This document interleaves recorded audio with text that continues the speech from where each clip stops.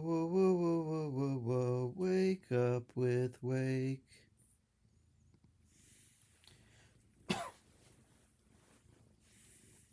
Bless you. Appreciate everything. Wonderful win. Played like hot garbage. I'm trying to figure this out. Sick of it. I really am. I'm sick of us coming out here and putting forth the effort we put forth in the first half. The practices, we had really diligent meetings, and we're trying to figure this out. Trying to figure this out because I'm sick of it. I'm sorry. I'm happy about the win, but I'm not happy in the fashion that we won it in. We're better than that. We really are better than that, and we got to start showing that. I expect to win, and I expect to win in a better fashion than that. I'm sick of these consistent holes that we're displaying, and the penalties and the things that we're doing. We're so much better. I apologize for my anger today, but I don't accept mediocrity. Maybe you do. Maybe you can live with it. Maybe you sleep with it. Maybe you lie with it. Maybe you're comfortable with it, but I'm not. Let's go. That second drive. Hey Siri, stop. Done. Hey Siri, stop. There was nothing there. Second drive of the whole game. Yes. What about the first drive? What about the first two plays? Right. How do you start out a game like that? With a quarterback like this? What's the message to the team to get them to? I've delivered every type of message you could fathom. It's not just the team. This is all of us. This is me and the coaches included. It's not just the team. They glean from us. Go ahead, Coach. There was a drive late in the third quarter where I think Shador got sacked at the end of the drive. He goes off the sideline. He's sitting by himself. The offensive guy. He's mad. Yeah. He's upset with the way this looks. You can tell He's upset with the way it's going. He's upset with hit after hit after hit. You think he's happy being the most sacked guy in the in college football, and he's still doing what he's capable of doing? He's sick of it. So when he comes out that next drive, that was the pivotal drive, I thought. How key was that drive for him coming out like that? Just every drive is key. Every drive is key. He always does this. You've seen this every darn week, man. This ain't new to you. You've seen this every week. You see him do this every week. It's like we waiting on him to put on his cape and do what he does. That's what he does every week. You guys should be accustomed to it by now. Coach. Yes, sir. The first 3 quarters kind of struggled trying to get into the game. Yeah, that's normal for us. That's normal. Got 3 big sacks. Yes, sir. Late in the third quarter, early in the fourth quarter. What sort of message should, I wasn't a message during the darn game. It's you got to go out there and do your darn jobs. I mean, Coach Kelly he's calling a heck of a game. I'm listening. He's calling a heck of a game. We got guys that need to step up and handle their responsibilities. First of all, there's no way a team should drive 96 yards on us to tie the game. No way. There's no way.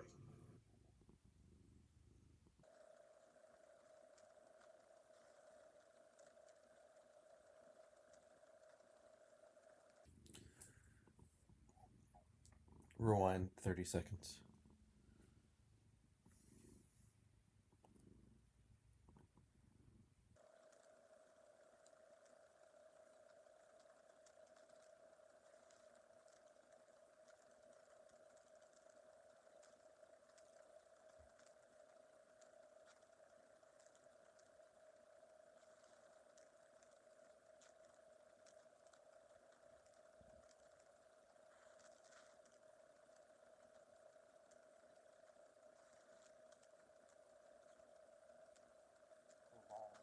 And a half.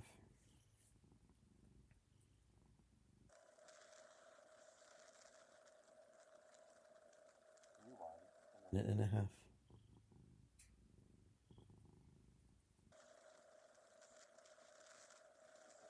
Rewind a minute and a half.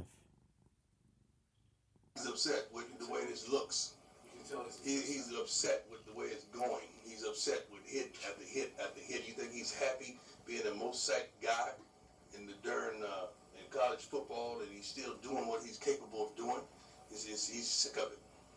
So when he comes out that next drive, I mean, that was the pivotal drive, I thought. How key was that drive for him coming out like that? Just every drive is key. Every drive is key. He always does this. You've seen this every darn week, man. This ain't new to you. You've seen this every week. You see him do this every week. It's like we waiting on him to put on his cape and do what he does. That's what he does every week. You guys should be accustomed to it by now. Coach. Yes, sir. For the first 3 quarters, kind of struggled trying to get into the game. Yeah, that's normal for us. That's normal. Got 3 big sacks. Yes, sir. Late in the 3rd quarter, early in the 4th quarter. What was sort of the message to, I wasn't a message during the darn game. It's you got to go out there and do your darn jobs. I mean, Coach Kelly, he's calling a heck of a game. I'm listening. He's calling a heck of a game. We got guys that need to step up and handle their responsibilities. First of all, there's no way a team should drive 96 yards on us to tie the game. No way. There's no way. Coach, on the right side, Giovanni Antonio made some big catches. Yeah. What was that like for him out there? It was awesome. It was awesome because he didn't have a great game last week, but I love his resilience and he bounced back. I believe in him 100%. I totally believe in him 100%, and I'm glad he got back in there and was able to do what he did because he's a grown man and he's a dog. Plays his butt off, never complains. Just a good kid, man. A really good kid. Was raised tremendously right. Coach, you wanted to win the first and second quarters. Yeah. You didn't. You're obviously not happy about Right. that. What do you got to do as a staff to get that message? You told us. I'm sure you told them. We gotta do better. We gotta put the kids in better situations. We're not doing that. We're not doing that. Shoot, look at the darn stats. Are you still wearing enough layers to insulate Alaska? That's why you need the new and improved Bearskin. I mean, the targets. We got to do better. We got to do better all the way around. Offense, defensively, special teams. We start out not kicking the darn ball to the end zone, a returnable ball. I don't know how everybody else kickers kick the ball out of the end zone with ours. Speaking of kickers, you and Mata shared a moment there after the game winner where you kind of looked like you maybe pushed him out of the field to get some more shine. Yeah, I wanted him to do his What kind thing. of moment was that for you? Yeah, Mata is Mata. I mean, guys, you didn't believe in Mata. I believe in Mata. Why do you think I brought him here? Mata don't miss. You call timeout and freeze him all you want. That don't mean nothing to Mata.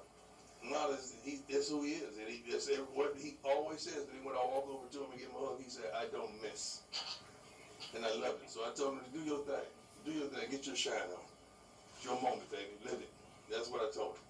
Coach Greg Moore, Arizona Republic. Yes, sir. Nice to meet you. You as well. You're generally so positive. It's kind of jarring for me to see you. I have expectations, my brother. I'm sorry. You all right? I really do. I have greater expectations. And we're better than this. We really are. We're better than this. How do you turn this back into a positive message? Because that seems to connect a larger theme. You've got something bigger that this game is part of something. Nick, we gotta meet my. I'm not changing. So you gotta meet my expectations. And that starts in practice. That starts in film study. That starts in preparation. That starts in coaching. That starts all the way down the board. Ain't just the kids. It's everybody. I have lofty expectations for this team, for this school, for this university. I really do. And we're going to get there. Coach, on the one drive there, I think it was late in the 3rd quarter, early in the 4th quarter, Shador on a scramble kind of lowered his shoulder and Yeah. one of the ASU defenders, and it looked like he yelled, at the sideline at you guys. What did that message send to the team as he was kind of showing off that? I don't even know if it registered. Because how you got a quarterback that's not known for running, lowering his shoulder and runs over a guy. There should be 3 linemen there to help him up, shouldn't it? Didn't see that. That shit right there, that should make you want to say, oh my God, our quarterback ain't no joke. He's a dog. No. Didn't see it. Coach, you already mentioned the drive, obviously, where they tied it. You're not happy with that. But defensively, they shut them down before that. Were you pleased with the way the defense bounced back? Yeah, defense played good ball to that last drive. So that last drive makes you forget everything wonderful that they did to give up a 96-yard drive. On Tuesday when you addressed the team, I think you said, I'm taking it personally, these slow starts, I'm going to take control of this. Right. Did you think kind of heading in, maybe you had corrected a few things? Yes, I that did. just didn't go that way, Yes, which is yes, where I the did. players were frustrated? I thought I lit the fire up on every darn body that needed the fire to be lit. Now, obviously, it hadn't registered.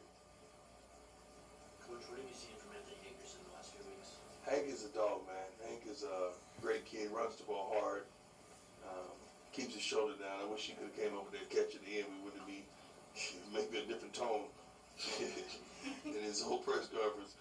But Hank's been a dog, man. He's been a valuable asset to what we're trying to accomplish. Anything else for Coach? Coach, despite the special team struggles overall, I mean, Xavier Weaver had a 51-yard punt return.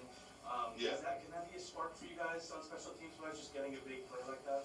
Definitely was. I mean, he's capable of that. But we got to get the right number of guys on the field to block for him.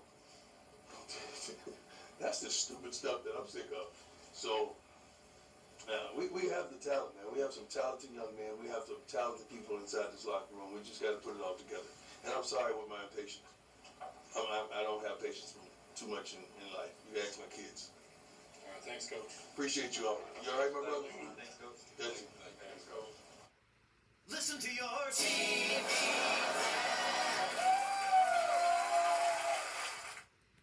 Over 36 to collect. Even Stinky scented and moldy rares. Mega Gross Minis out now.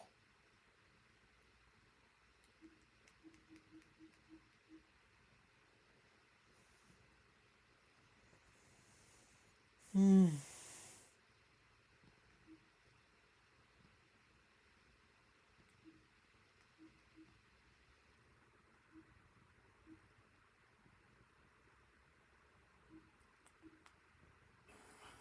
was like practice, just trust the play call, understand, know what time it is. They left too much time on the clock, and we knew that. Nobody on the sideline panicked, flinched. Nobody didn't believe. The coaches just knew like what was gonna happen, and I definitely knew what was gonna happen because you're gonna do what it takes to win. But they simply left too much time on the clock, and you know what mode we went? We went Brady mode / legendary mode.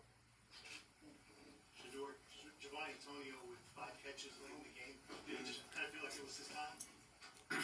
Nah, we got a lot of great receivers, even some players I wasn't able to get on the field today. So it's just about who's going and whose day it is.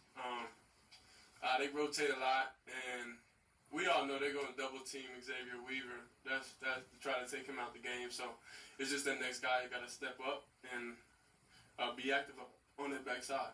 Should have late in the third quarter. You had a driver, you got sacked again, and you were sitting off by yourself. The whole offensive series kind of looked like in thought, frustrated. Came back out the next drive and led the touchdown. What was kind of going through your mind when you're sitting on the bench? Nah, it was just like really just taking accountability of what's going on in the game. You know, I'm holding the ball a little bit too long, not really going through everything, not basically playing perfect. So that's all it was. And then I'm on the sideline frustrated, and it's like, it's time. You know, it's time to do whatever it takes to win. And by any means, you can take matters in your own hands. You got the will, you got it inside of you. And you know the ins and outs of their defense and to make them dictate and do one thing. So, the DC had a great game playing versus us. They did a pretty good job going to the ball, covering our guys. But at that point, it was, okay, cool. Let's go legendary mode. Let's lock in. Let's do it. You looked like that on that drive. I mean, what was going through your mind in that drive? Was it just that? Like, we're not losing this football game? Yeah, like, it's just something that kicks in, like, whenever it's, because that losing's just not in me, you know? So it's like, if we got a chance, we're going to win. You know what I'm saying? Like, if it's not too late in the game, we're going to win. So it's just understanding what's at stake, understanding what's going on, understanding the pros, the cons, and what we're doing, what we're not doing good, what we're doing good, and, you know, really taking over and taking control.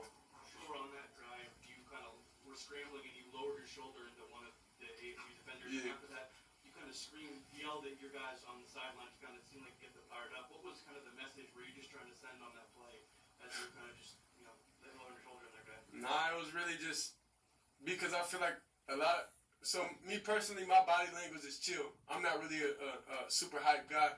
I'm not a over the top type of guy. So I feel like sometimes the team don't see that in me, that I'm going, I'm ready, because that's just naturally how I am as a person. So we really just had to activate that dog, that fire in you to show everybody, hey, look, we them guys. we those guys that could get out there and just do whatever we want to do. So that was really the thing, and really it's just like a scare tactic. They know I'm going to load on my shoulder, so they're not gonna think anything sweet with me. Should have that second drive of the game. It seemed like you guys were refusing to kind of come away without points there after going 3 and out yet again, third straight game, first drive 3 and out. How important was it for you guys to get in the end zone in that second drive? I ain't gonna lie, I don't even remember the first, second drive, third drive. I don't remember that half of the game because it's just so much. Like the quarterback position is just so much thinking and so much just brain power you use that a lot of people don't really understand that you're using. Like when you get in that mode, you're using like 100% of your brain. So it's a lot. So you come out of the game with a couple headaches, and I can't even recall that at that time. Keep that energy going into the next week. I mean, it's repetitive. We know it's the problem, so we just got to find a solution.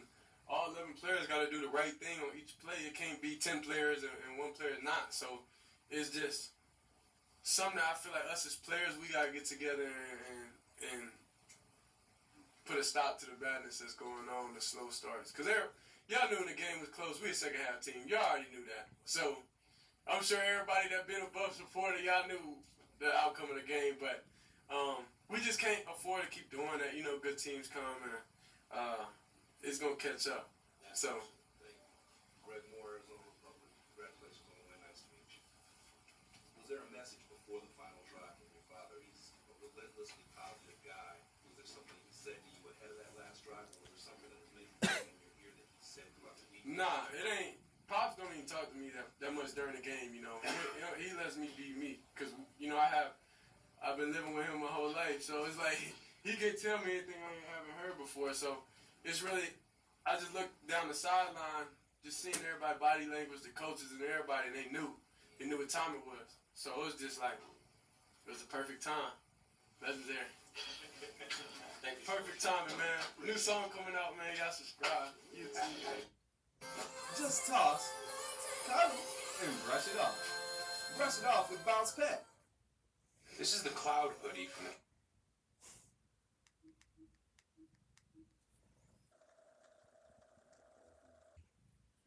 Buddy.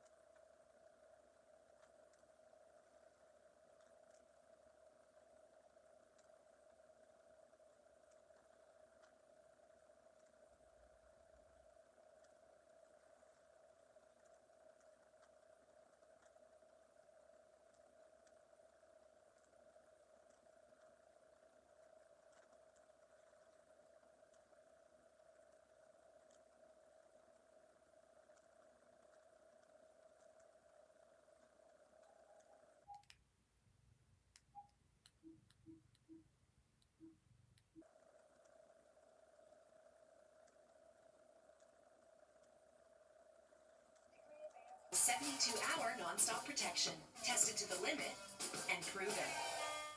The average woman menstruates for 3,000 days. That's 450 periods.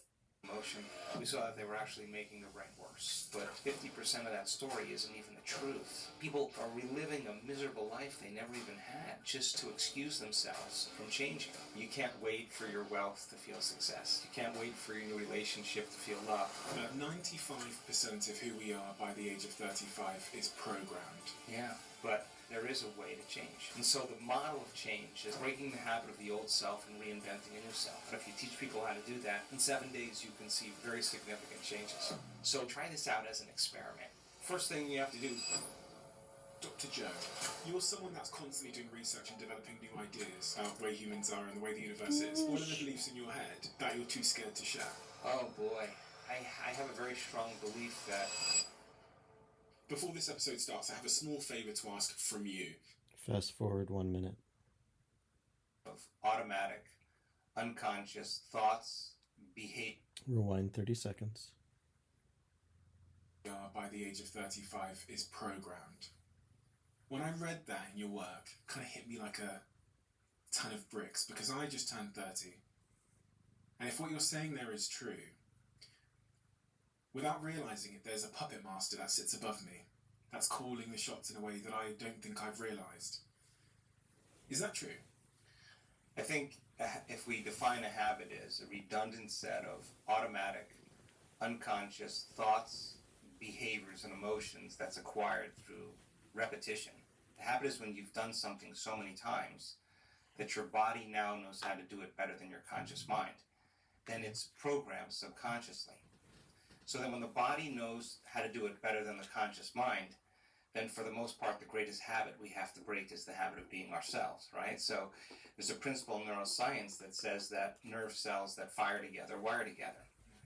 If you keep thinking the same way, if you keep making the same choices, if you keep doing the same things, if you keep reproducing the same experiences and feeling the same emotions, your biology begins to become hardwired in a sense. It becomes programmed. So in order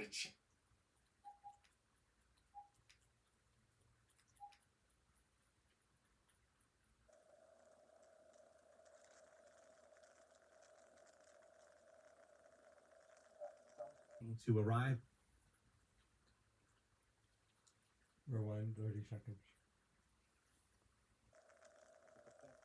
Science that says that nerve cells that fire together wire together. If you keep thinking the same way, if you keep making the same choices, if you keep doing the same things, if you keep reproducing the same experiences and feeling the same emotions, your biology begins to become hardwired in a sense. It becomes programmed. So in order to change something, to arrive at a new vision of your future, if you wanted to arrive at a new goal or new vision of your future, you'd have to change something about yourself in order to get there. And you'd have to change the way you think, the way you act, and the way you feel.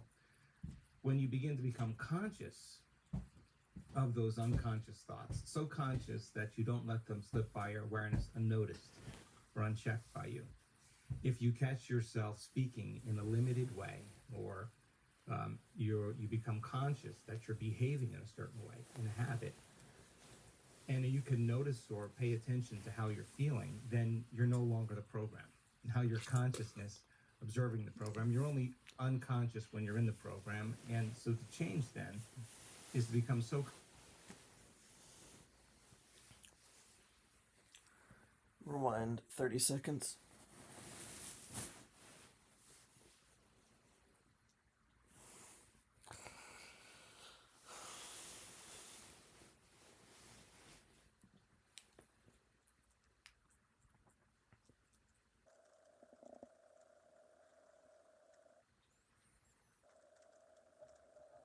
Good morning. Today's about looking good, feeling good, doing good. So let me introduce you to emotion.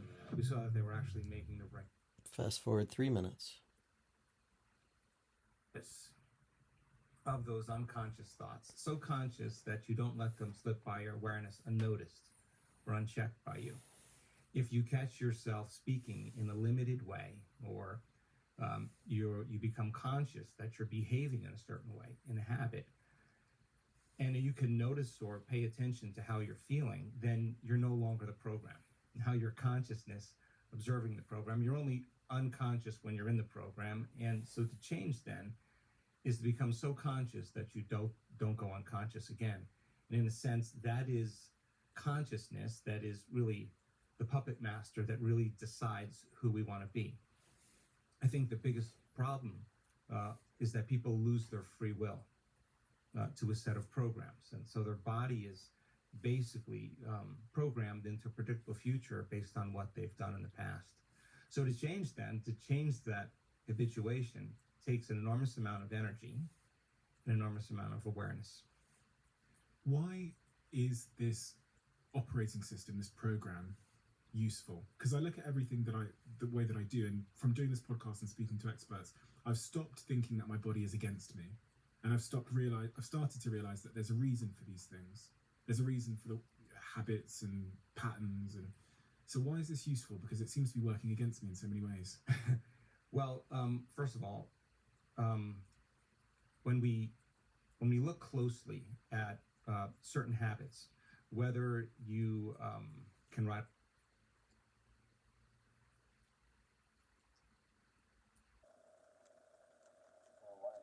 seconds.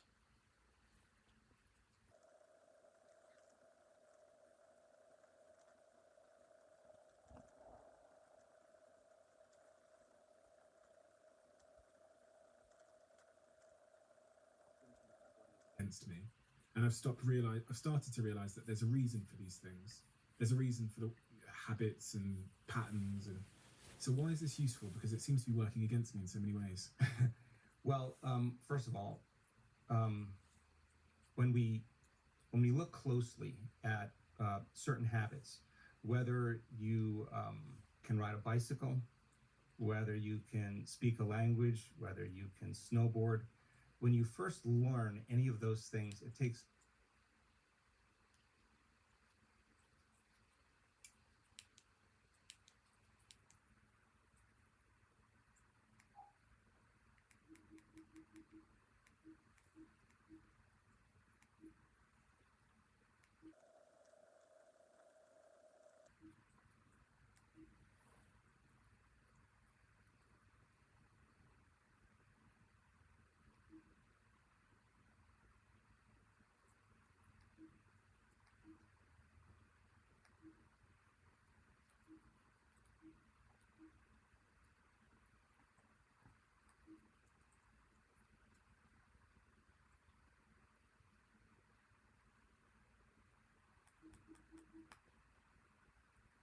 We currently plow ourselves into our work because we think our work product is going to live on.